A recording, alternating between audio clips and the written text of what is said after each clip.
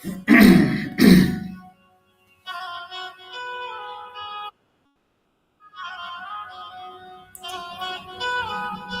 अपने संगत इस कार्यक्रम में उपस्थित आप सभी को बहुत बहुत सेवा जोहार। आप सबका हार्दिक स्वागत है। बीच में लंबा गैप हो जाने के कारण से लोगों की आदत फिर बिगड़ जाता है।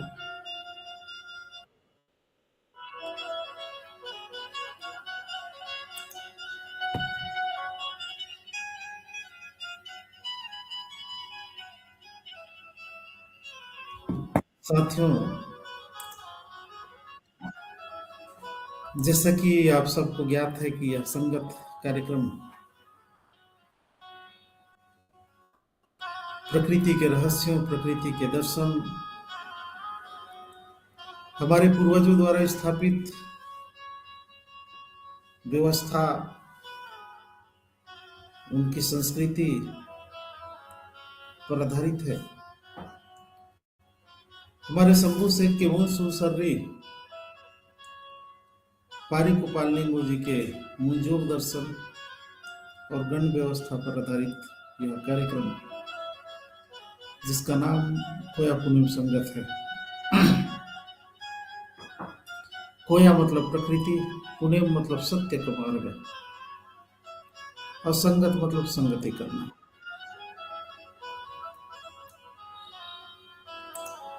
हर एक चीज में उसके गुण के अलावा एक और विशेष शक्ति होता है जिसको प्रभाव कहते हैं।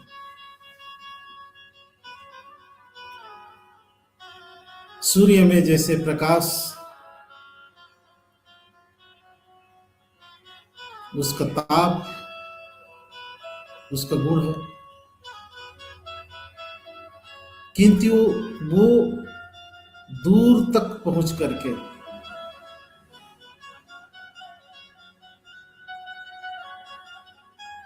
उसके संपर्क में आने वाले चीजों को भी प्रकाशित कर देता है। ये उसका प्रभाव है। फूल की जो खुशबू होता है या उसकी जो सुंदरता होती है, उसका गुण है, किंतु फूल की जो खुशबू है, उसकी सुंदरता है, वो दूर में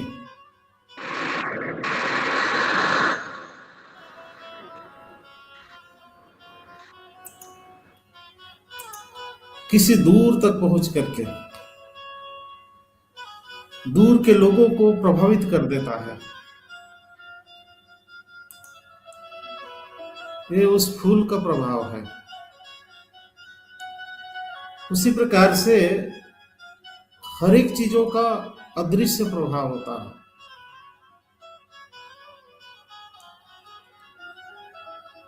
और वो अदृश्य प्रभाव हम सब लोग भी अपने भीतर स्थापित कर सकते हैं। प्रकृति में इसको आकर्षण भी कहते हैं। दो नियम प्रकृति में चलता है, आकर्षण और विकर्षण का, प्रतिकर्षण का। यदि हमारे पास अच्छा गुण होता है तो लोगों को आकर्षित करता है, और यदि हमारे पास खराब गुण होता है तो लोगों को प्रतिकर्षित करता है। इन सारे रहस्यों को भी संगत कार्यक्रम में हम जानने समझने का प्रयास करते हैं।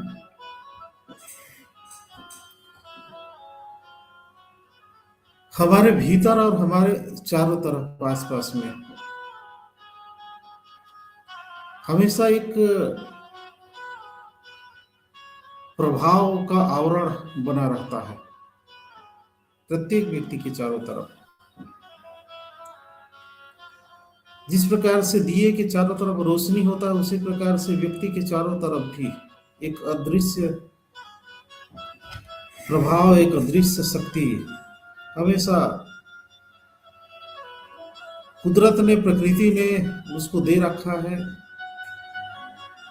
चारों तरफ वो शक्ति हमेशा सक्रिय रहेगा। इसी कारण से जब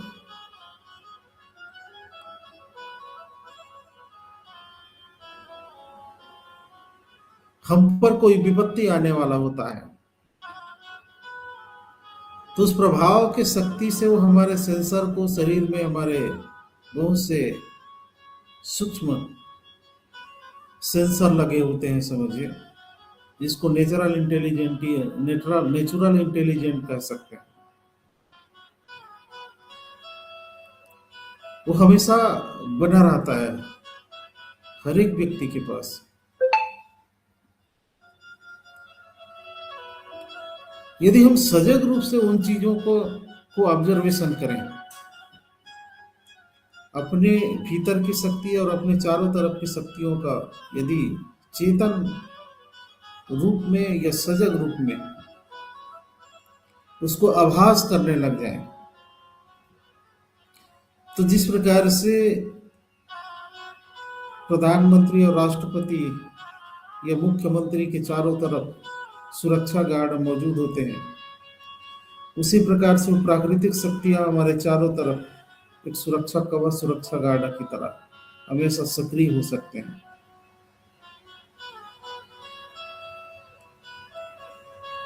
उन शक्तियों को हम लोगों को समझना है, जानना है, उसको एक्टिव करना है। जैसे अक्सर हम लोग जो है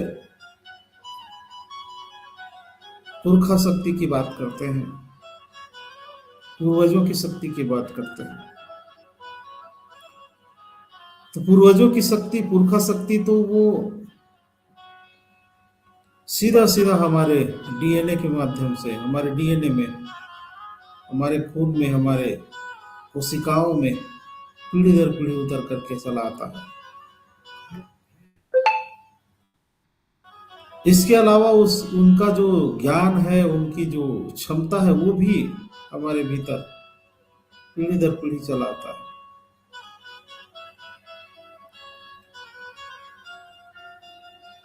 तो भौतिक रूप से वो पेंट शक्ति में विलीन हो गया, मतलब पेंट शक्ति बन करके हमारे चारों तरफ वो प्रभाव के रूप में बना रहता है। पूर्वजों की शक्ति इसलिए हमारे चारों तरफ पेंट शक्ति के रूप में हमेशा बना रहता है, क्योंकि उसका डीएनए हमारे भीतर होता है, हमारे अंदर होता है उसका डीएनए। जिस प्रकार से अगर दिया है तो उसके चारों तरफ रोशनी भी होगी।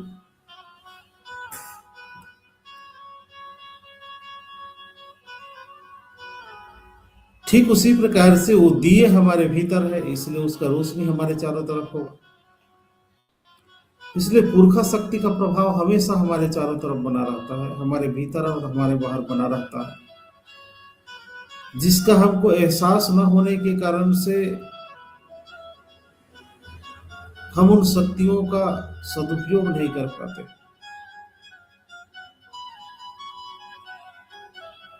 और भटक जाते हैं। उसी प्रकार से प्रकृति शक्ति की बात होती है,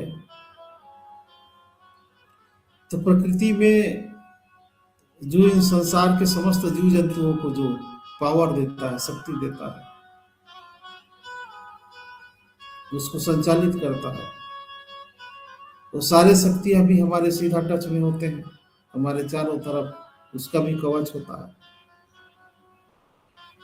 उस तरफ भी हमारा ध्यान नहीं जाता, उसके प्रति भी हम सजग नहीं होते। हमारे शरीर के भीतर नेचुरल तरीके से एक ऐसी क्षमता, एक ऐसी शक्ति होती है जो हमारे शरीर को बीमार पड़ने ही नहीं देना चाहता। वो बीमारी का विरोध करता है। वो इतना सक्रिय होता है कि वो किसी भी हाल में हमारे शरीर को बीमार होने नहीं देना चाहता। जिस प्रकार से देश की सीमा के भीतर जो जवान होते हैं, वो किसी भी हाल में देश के भीतर आतंकवादियों को घुसने नहीं देना चाहते और सुरक्षा में मुस्तैद होते हैं। उसी प्रकार से हमारे भीतर, हमारे शरीर की भीतर की जो शक्ति है, वो किसी भी हाल में हमारे शरीर को बीमार होने नहीं देना चाहता।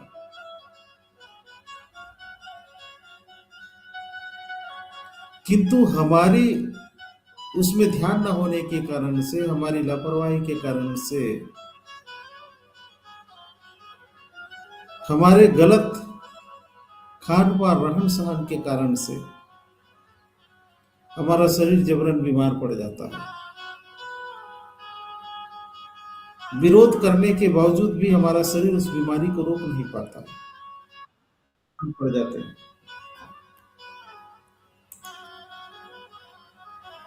लेकिन जब बीमार पड़ने के बाद यदि हम फिर से सजग हो जाएं, अपने भीतर की शक्तियों को लेकर के जागरूक हो जाएं, तो हमारा जो सुरक्षा कवच, भीतर में जो सुरक्षा तंत्र बना हुआ है, उस बीमारी को खोज करके उस बीमारी को फिर से ठीक कर सकता है।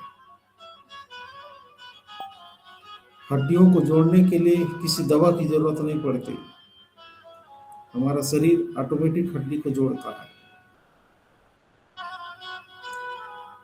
डॉक्टर पट्टी बांधता सिर्फ इसलिए है ताकि हड्डी सही तरीके से जुड़े, बाकी हड्डी को जोड़ने का काम डॉक्टर नहीं करता, बल्कि हमारे शरीर के भीतर जो पावर है, जो शक्ति है, वो स्वयं ही टूटे हुए हड्डियों को जोड़ता है। उसी प्रकार से जब हम बीमार पड़ते हैं तो उस बीमारी को ठीक करने की क्षमता हमारे भीतर स्वयं होती है। किंतु कई बार जब बीमारी ज्यादा, हद से ज्यादा बढ़ जाता है, तब दवाइयों की जरूरत पड़ती है। चेतन अवस्था में रहना, अपने शक्तियों को, अपने पावर को लेकर के जागरूक अवस्था में रहना, उन शक्तियों का उपयोग करना, उन शक्तियों से आग्रह करना, निवेदन करना कि वो आपका काम करे, ये काम हम नहीं करते। माँ बाप हमारी उन्हीं डिमांड को पूरा करते हैं जिसको हम मांगते हैं। बच्चा जब रोता है कि उसको खिलौना चाहिए, तभी माँ बाप उसको खिलौना देते हैं। हम भी अपने भीतर की शक्तियों से और अपने चारों तरफ जो मौजूद शक्ति है उससे जब तक मांगेंगे नहीं, दिल से उससे आग्रह नहीं करेंगे कि आपको क्या चाहिए, वो अपने से देने वाले नहीं है, मांगना पड़ेगा। और कुदरत के खजाने में ऐसा कोई कमी नहीं है कि आप मांगो और वो पूरा ना हो।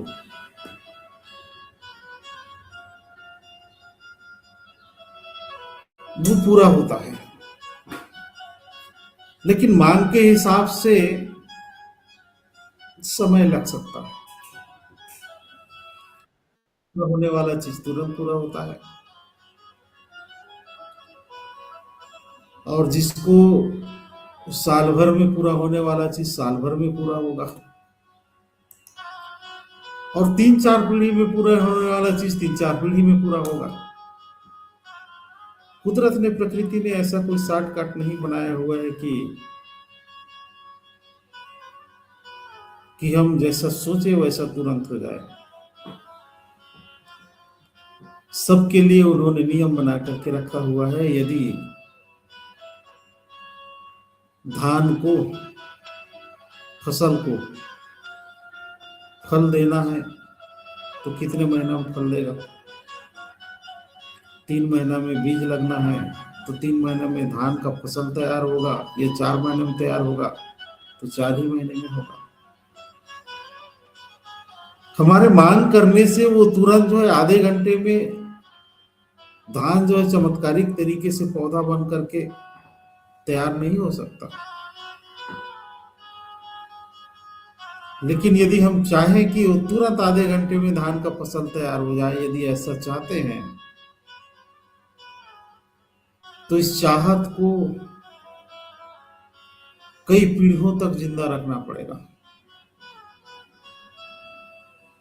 तो पीढ़ी दर पीढ़ी, कई पीढ़ियों तक ये चाहत जिंदा रहेगी, तो आने वाले समय में इसी प्रकार से खोज होगा और आधे घंटे में फसल तैयार होने वाले तकनीक का विकास हो सकता है।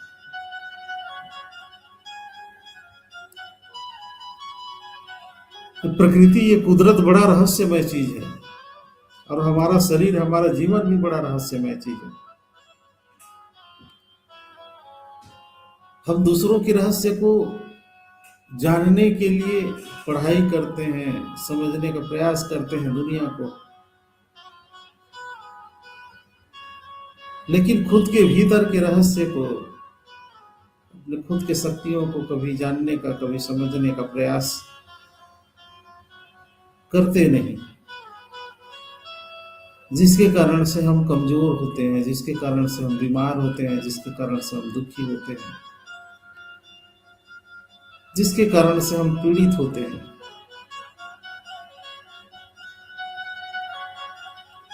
ये जो शब्द इस संगत के माध्यम से हमारे कानों में जो पहुंचता है और कान के माध्यम से हमारे भीतर जो पहुंचता है, वो सिर्फ शब्द नहीं होते,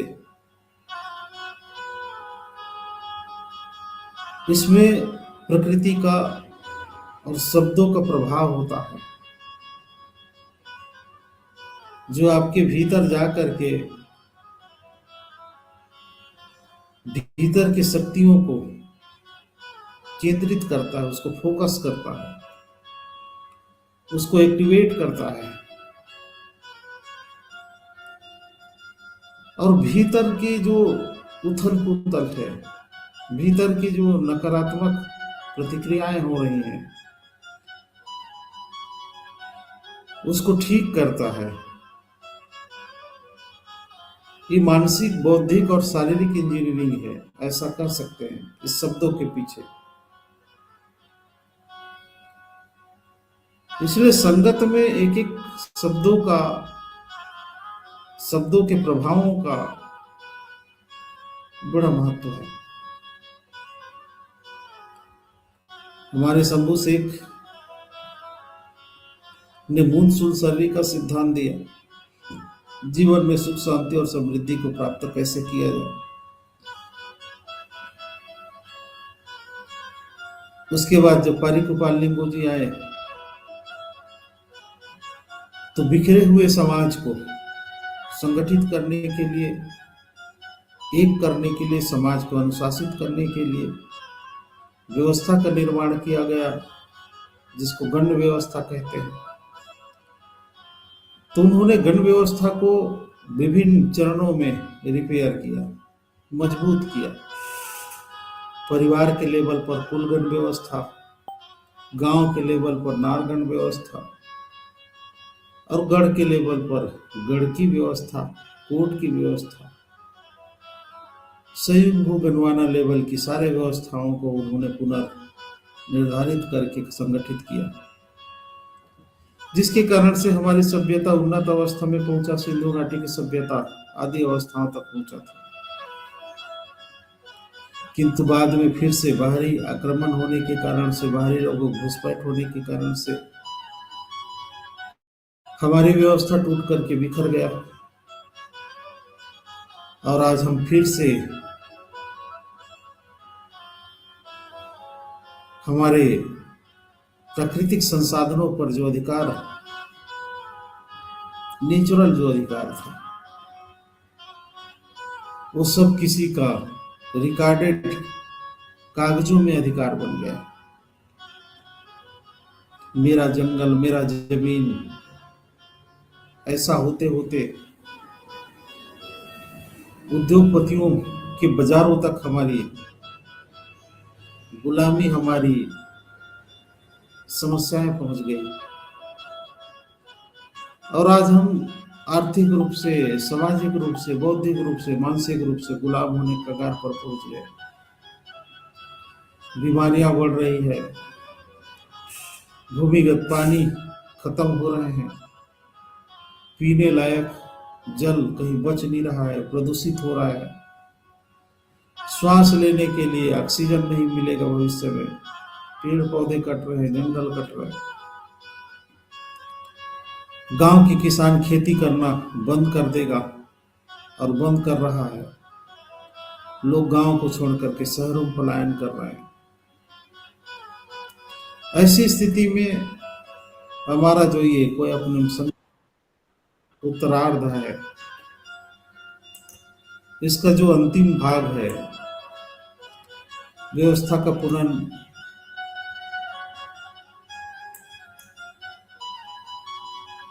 पुनर्गठन करना, व्यवस्था को सुरक्षित करना,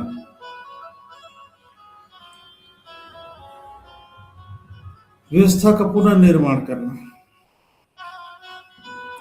और उसी पुनर्निर्माण की प्रक्रिया में एक सिस्टम तैयार किया गया है जिसको आर्थिक गण व्यवस्था कहते हैं। आर्थिक गण व्यवस्था में हमारे जितने भी प्राकृतिक संसाधन है या भौतिक संसाधन है, सभी को कैसे बढ़ाया जाए और कैसे सुरक्षित रखा जाए, ताकि आने वाला पीढ़ी के लिए वो प्राकृतिक संसाधन और भौतिक संसाधन सुरक्षित रह सके। और ये काम व्यक्तिगत लेवल पर भी करना है, गांव के लेवल पर भी करना है, ब्लॉक के लेवल पर भी करना है, समाज के स्तर पर भी करना है, और समाज के प्रत्येक व्यक्ति को इस काम में लगना है। क्योंकि जब प्राकृतिक संसाधन ही निजी हाथों में चला जाएगा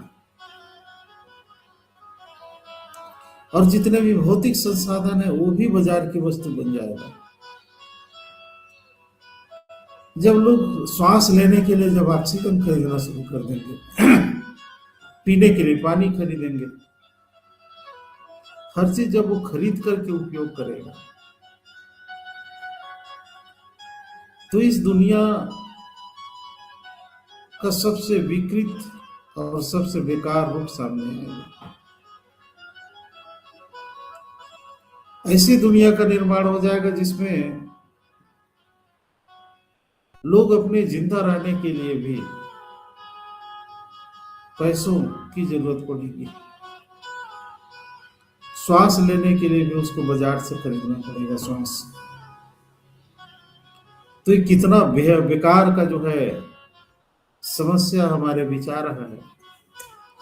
इन सारी समस्याओं को दूर करना इस युग की सबसे बड़ी चुनौती है, और ये चुनौती तभी पूरा होगा जब हम मानसिक रूप से, शारीरिक रूप से, बौद्धिक रूप से भी मजबूत हों। सिर्फ आर्थिक रूप से मजबूत होना इसका समाधान नहीं है, बौद्धिक रूप से भी मजबूत होना जरूरी है। इसलिए कोयापुरम संगत और आर्थिक गण व्यवस्था, ये दोनों मिल करके हमारे जीवन में क्रांतिकारी परिवर्तन लाने का काम कर रहा है। गांव में अक्सर प्रत्येक परिवार के पास जो समस्याएं हैं,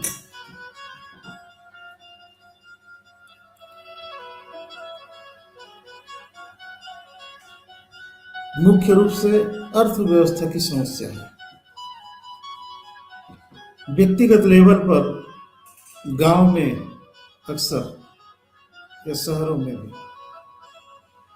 गांव में तो फिर भी काम करने के लिए बहुत से संसाधन होते हैं, खेती होता है, चाहे लघु उद्योग या कारपेंटर बढ़ाई का काम हो गया, राजमिस्त्री का काम हो गया, खेती का काम हो गया, सब्जी का काम हो गया, काम इतना ढेर सारा है गांव में। उसके बावजूद भी आर्थिक स्थिति में खास तरक्की दिखाई नहीं देता,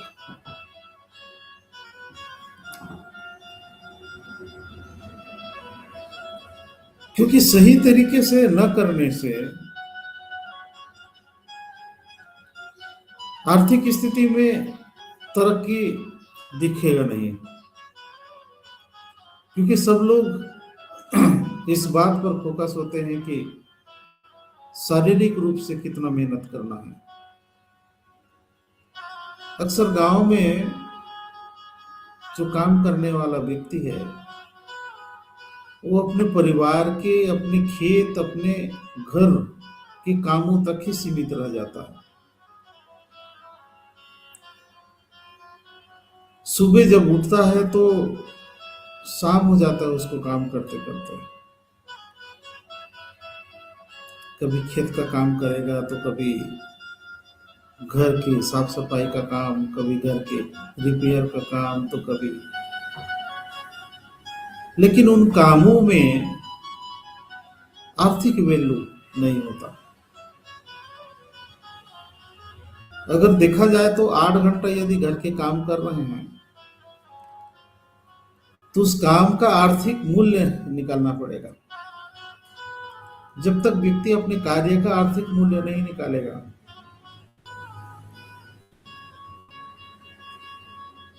वो तरक्की नहीं दिखाई देगा। अंग्रेजी में इसको मॉनेटरी वैल्यू कहते हैं। जब आप दूसरे के यहाँ काम करने के लिए जाते हैं तो वहां 300 रुपया या 400 रुपया का मजदूरी मिलेगा या 500 रुपया का मजदूरी मिलेगा, वो आर्थिक मूल्य है। लेकिन जब आप अपने ही घर में काम करते हैं तो वो रुपया आपको नहीं मिलता।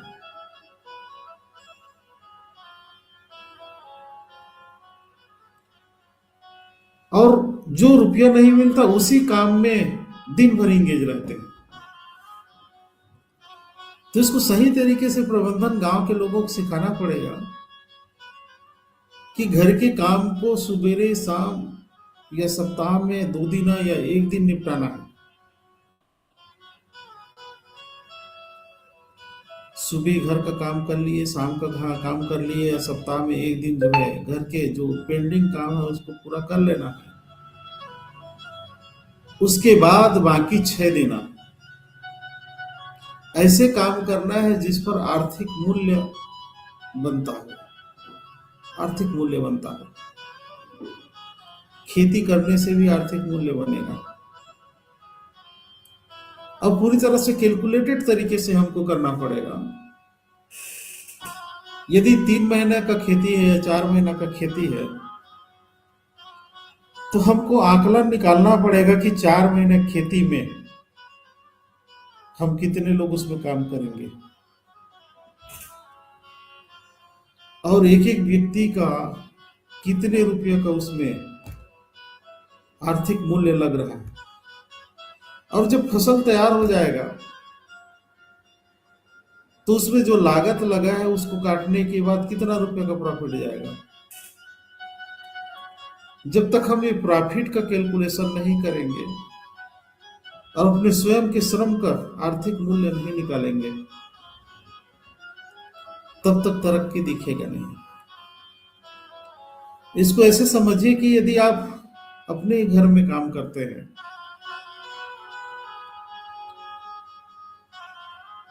8 घंटा 9 घंटा, तो अपना खुद का मूल्य रखें। एक दिन का आपका दर क्या होगा?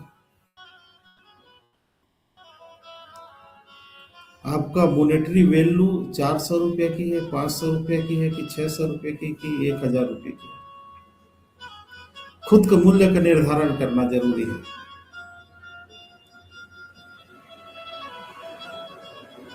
और उस मूल्य के हिसाब से आपको काम करने के तरीके और काम करने का जो टारगेट है उसको सेट करना पड़ेगा,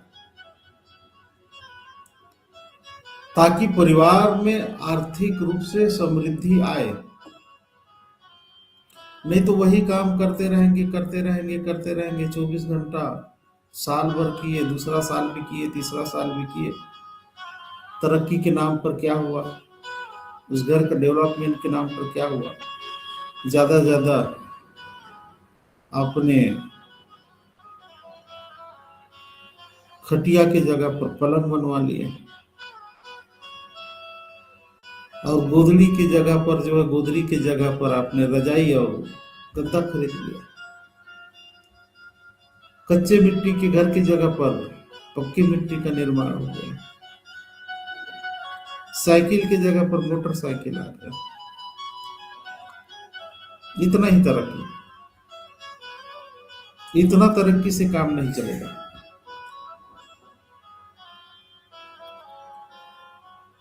व्यक्तिगत रूप से गांव में जो रहने वाले जो लोग हैं, उनके व्यक्तिगत खाते में या परिवार के खाता में बैलेंस बचना चाहिए, खाते में रुपया बचना चाहिए। कमा करके लाए हुए रुपये उनके बैंक बैलेंस हो, खाते में हो, और उस खाते के रुपये से में बढ़ोतरी हो, और धीरे धीरे पूंजी का ऐसा निर्माण हो कि अच्छी शिक्षा, अच्छे स्वास्थ्य,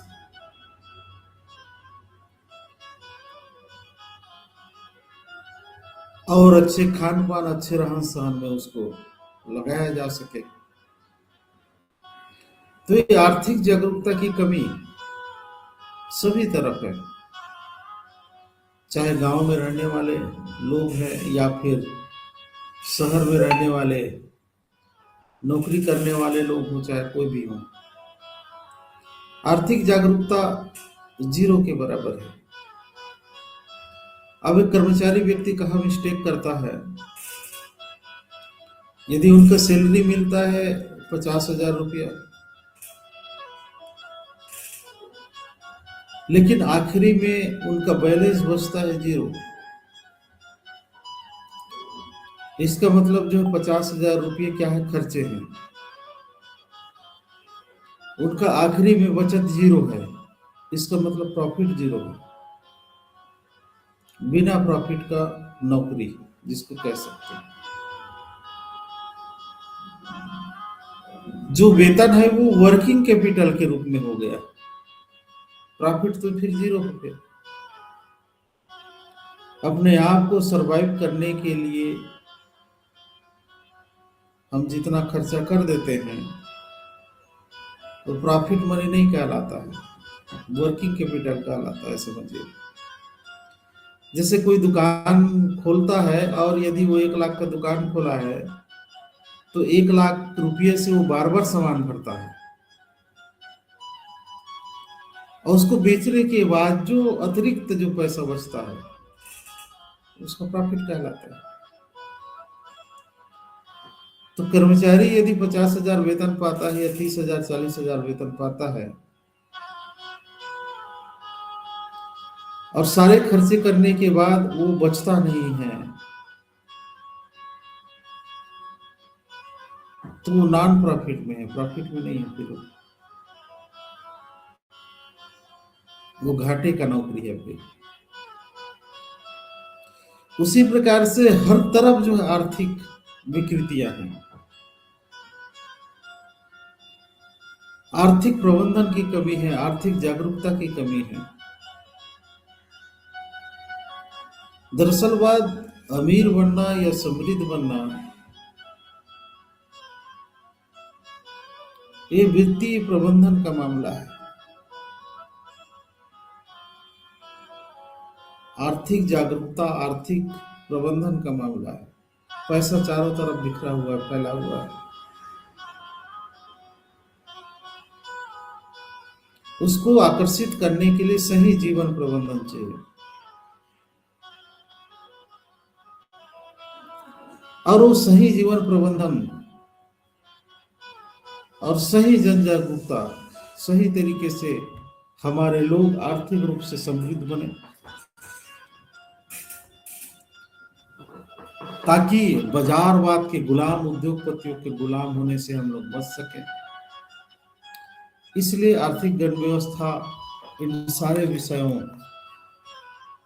का समाधान आर्थिक गण व्यवस्था में है, जिसका विशेष ट्रेनिंग, विशेष कार्यशाला आयोजित होते हैं समय समय पर, और अलग से उसका वेबिनार भी होता है रात के 8 बजे।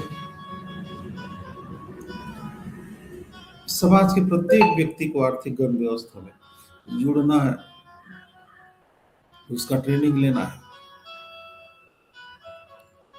ताकि हमारे पैसे जो बाहर जा रहा है व्यापारियों के पास, उद्योगपतियों के पास, वो समाज के बीच में ही दौड़े, कैश फ्लो हो समाज के बीच में, रुपयों का, पैसों का समुंदर अपना खुद का हो। समुद्र में रहने वाला मछली कभी पानी की महसूस नहीं करता, क्योंकि चारों तरफ उसके पानी ही पानी होते हैं।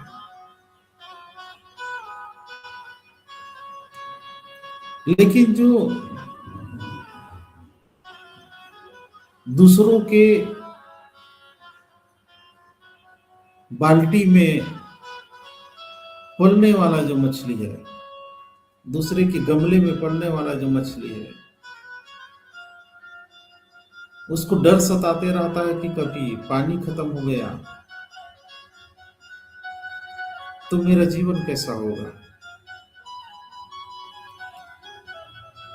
तो हम दूसरों के गमले पर, दूसरों के तालाब पे पलने वाले मछली की तरह ना बने,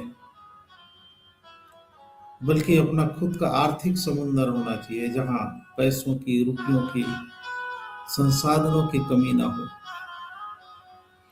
समुद्र की मछली की तरह चारों तरफ हमारे समाज के पैसे तैरते हुए नजर आए, समाज के सहयोग, समाज का संसाधन, समाज की समृद्धि चारों तरफ हमारे लोग ही उद्योग, व्यापार, धंधा करते हुए दिखाई दे, हमारे लोग ही सब कुछ उसमें हो। ऐसी व्यवस्था का निर्माण करना इस युग की सबसे बड़ी चुनौती है। अब इसको करने के लिए हमको लीडरशिप की जरूरत है, नेतृत्व करने वाले लोगों को भी।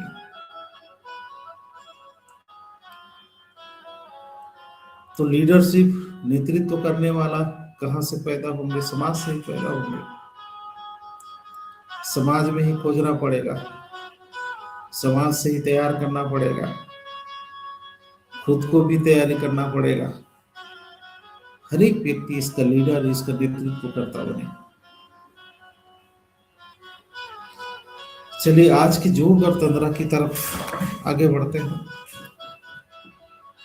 2 भाग में करेंगे, एक भाग में लंबा हो जाता है।